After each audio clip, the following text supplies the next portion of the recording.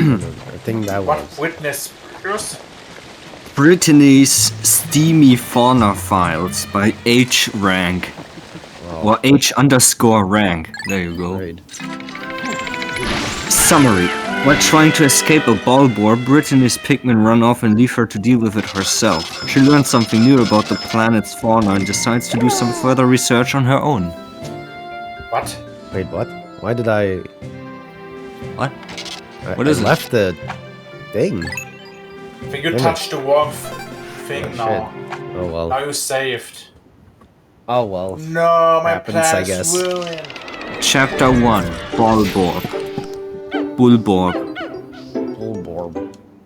My plan. Even in her space helmet, Britanny could feel sweat running down her face. Each step she took made her trek from the SS It was a Drake. mistake now. SS Drake feel another mile longer, and the chirping of flying creatures did nothing to ease the annoying headache she had developed. Alf and Charlie had decided to use the daylight to get their pigment teams to work on building bridges and finding fruit. Britanny, however, had been assigned to take her group to defeat any nearby creatures and help raise the number of the trio's pigment helpers. It wasn't often that she listened to Captain Charlie's orders, but it was more entertaining than standing around watching the little plant guys shuffle tiles together. Britanny reached up to wipe her brow, but felt her gloved hand smack the glass. She could hear one of the pigmen behind her chuckling at her mistake. Another pigman tried to hush the other, muttering something in their chirpy-sounding language that Britanny couldn't understand. This heat is killing me! Britanny mumbled. Her lips smacked as she spoke, making her realize how dry her mouth was. She couldn't get any juice until nightfall, and drinking the water was possibly hazardous to her health. She stopped in her tracks and turned to face her small army of pigmen. The little would-be soldiers looked up at her in curiosity. Maybe we should go back to the ship and turn on the air conditioning. You guys feel comfortable in your onion, right? The pigman, of course, didn't reply. One with the blue tower pointed forward. Britanny quickly turned around, seeing a large round patch of shade now in front of her. That hadn't been there a few seconds ago, but there was no way she would turn down the chance to cool off. Unfortunately for the pigman, Britanny failed to notice something important as she stepped into the shade. It was the shadow of a bulborb. God damn it. Bulborb. Britanny stretched out her arms in silent relief. The hot sun, no longer beating down on her, felt like heaven. Good call finding this tree, guys! Oh, she's fucking stupid, Jesus Christ. Britanny complimented her pigmen, or tried to. When she turned back to face her team, they were gone. She looked around, seeing them cowering in fear behind a few tall blades of grass. It wasn't like them to run away without her command. Pigmen, are you guys okay? The shade from the tree started to move away. Trees can't walk on this planet. Britanny turned back around to see the bulborb looking down at her with its wide blinking eyes. How could she possibly have mistaken that thing for a tree? Trees don't have perfectly round shadows either. She quickly blew her whistle and pointed at the creature, waiting to hear her pigment charge at it. Nothing happened. She blew again, looking around for her team. Uh-oh! She mumbled. The bulborb had gone from staring to sniffing, looking down at her with interest.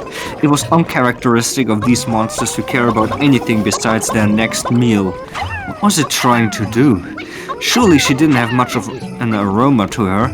The only thing it could possibly was she wore perfume this morning in an attempt to make Alf notice her that she had created in secret using the essence of one of the fruit juices. The bulborb was either giving her time to think all of this through, or was still curious about what that scent was. Regardless, its answer was, eat first, ask questions later, and it bent down to show Britanny a long, drooling tongue and two wide, sharp fangs that could chomp up a lone pigman or captain in an instant. Without hesitation, Britanny slid underneath the looming monster just before it took a big bite of dirt. Not today, you big! Britanny stumbled over her words as she shakily stood up from her slide. In front of her was something that made the bulwark even more beastly than she had ever described it before. Her hungry enemy had a new appendage. It was thick, red with the same white spots as its bag, and throbbing with a single vein showing from under the skin. Below it was more new things, something that Britanny could only describe as, well, balls. Big boy! She finished her words, staring at the spotted erection dangling in front of her. It must have been as long as two of her on top of one another, and as thick as Captain Charlie's buff figure. His balls looked plump as sunseed berries and as round as citrus lumps. How was this thing flopping in front of her while still being so hard? If she wasn't so in awe of it, it might be worth studying. Unfortunately, the feeling of it smacking against her body interrupted her train of thought. Britanny slid fast and hard across the ground after the bulwark slapped her, leaving a trail in her wake. She had trouble standing, feeling limp as she reached out to grab something, anything to get back up. The sensor in her helmet buzzed to warn her that her suit had taken some damage from the impact. The sound of stomping ran through her ears as she flailed her hands around for something to help her get to her feet. I could see over the stupid whistle. I could... Aha! Britanny felt something in her gloved hold as she took a grip and pulled up. She almost fell once more when she saw what she was holding onto, part of the head of the bulbarb's cock! Due to her small stature compared to him, the bulbarb hadn't noticed her touch. Instead, he was simply following his snack. Even though her glove, Britanny could feel the texture of the beast's dick. Warm, of course, but also strangely rubbery. When she dragged her fingers down it, the skin snapped back into place. The science of it all wasn't arousing to her whatsoever, but the situation as a whole. The bulbarb let out a roar as he realized that Britanny was underneath him once more. The sound wasn't unlike an emergency siren, loud enough to make her jump in surprise and make her grab something out of fear. Britanny trembled once she realized she was holding on to something that felt thick against her body. Seriously, what was wrong with her today? She looked at the spotted cock in her grasp and started to release her hands to get back on her feet. That didn't happen. The bulbarb must have grown tired of playing with his food. He started to stomp away, ignoring Britanny gripping his cock and hitching a ride to wherever he was headed. With each step of the bulbarb's skinny legs, Britanny felt herself being slid back and forth on the cock. When she started to move faster on the entire length, the monster quickly stopped in his tracks. Something felt good all of a sudden. The realization that she was pleasuring the giant monster made Britanny's cheeks turn a deep red, and she could feel her face heating up. She couldn't blame the day's heat for it this time.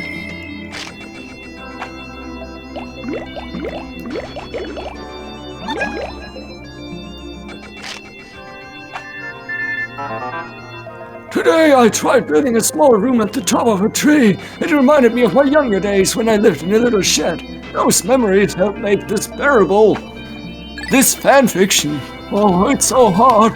Oh, I still don't understand how is he able to ride a mail. He has nothing. How does he get to ride a mail if he has no connection? He's not paying for anything. Does it feel good? She asked the bulbarb, almost expecting him to answer. He let out a strange sound, something like a mix between a roar and a satisfied purr. Britanny took a deep breath and looked down at herself to take stock of the situation. She was using her entire body to help masturbate a monster that wanted nothing more than to eat her. PNF-404 was never short of surprises. She found herself beginning to move her body, squeezing around the thick meat and spreading her legs to rub her crotch against the warm skin. Her suit was supposed to protect against the elements, but there was nothing in the brochure about preventing cock heat. Wow. When her crotch started to rub faster against the bulbarb's cock, Britanny realized she had just thrown any rational thought to the wind. It felt good for both of them, and maybe she could even tame him this way.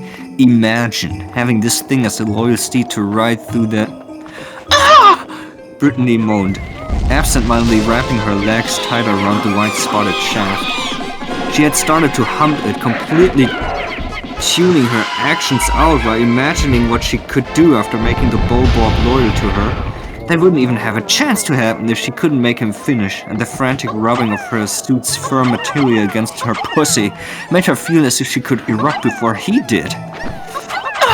Does my body feel good on you, big guy? Oh my goodness. The Bulborb the Bulborb purred. Britanny frantically rubbed and humped his cock, feeling it start to violently throb. Suddenly, the idea of having him fall for her was gone. Instead, she had to hold on for dear life as the Bulborb's body started to twitch and move as his orgasm approached. The purrs turned into a growl as the Bulborb stomped the ground and moved his body, slapping his cock against his stomach. The impact was enough to knock Britanny away. She landed directly underneath him just as he finished. Britanny's eyes widened as she watched the tip of the Bulborb's cock open and white, sticky cum gush out of it. It coated her body, causing her vision to turn pure white as cum covered her helmet. She didn't try to escape or push herself out of the cum that covered her. She didn't fear the idea of the Bulborb snacking on her since he was finished. The only thing she could think about was finishing as well. She looked up, staring at the cock dangling over her as she furiously rubbed herself through her suit. She was already close from humping the Bulborb's dick, and just looking at it and seeing his cum all around her body was just what she needed to step over the edge. That's good! I'm gonna come! Britanny let out a loud moan, ignoring the world around her as she started coming. She rubbed her crotch as quickly as she could, staring with lust at the Bulborb's cum-dripping tip. As she rode out her orgasm, Britanny fell to the ground and felt her head cushioned by a glob of the Bulborb's seed. Her body thrashed and her legs kicked as she finished coming. Her eyes shut tight as she focused on the sensation. Oh, I can't believe I just did that! And I don't care! Her eyes widened again when the Bulborb started to walk away. She sat up and turned, watching as it stomped off and ignored her entirely. Britanny almost felt insulted as she stood up, wiping the cum from her suit and placing her hands on her hips, watching her lover leave. What? You won't even call me a cab? Britanny muttered. She sighed happily, chuckling at her own joke. Her gaze turned from the Bulborb down to the cum on the ground. If she didn't know better, it could be mistaken for juice. It was certainly thick enough, and the juices of this world came in all different colors. Since her suit filtered out bad air, she couldn't even smell what the result of her actions was like. I mean, if I have this one, Alfie and the captain won't know. Britanny reached into her suit pocket and pulled out an empty juice bottle. She quickly scooped up some of the Bulborb's cum and screwed the lid on tight. Even if she hated the taste, maybe it could be used for something else. It was anyone's guess what she could use anything for on this planet. As she placed the bottle back in her pocket, another noise drew her attention. A dwarf Bulborb was casually walking by. This kind was no taller than her, so it probably had a cock that was more of a size she could take. It's all in the name of science, or something.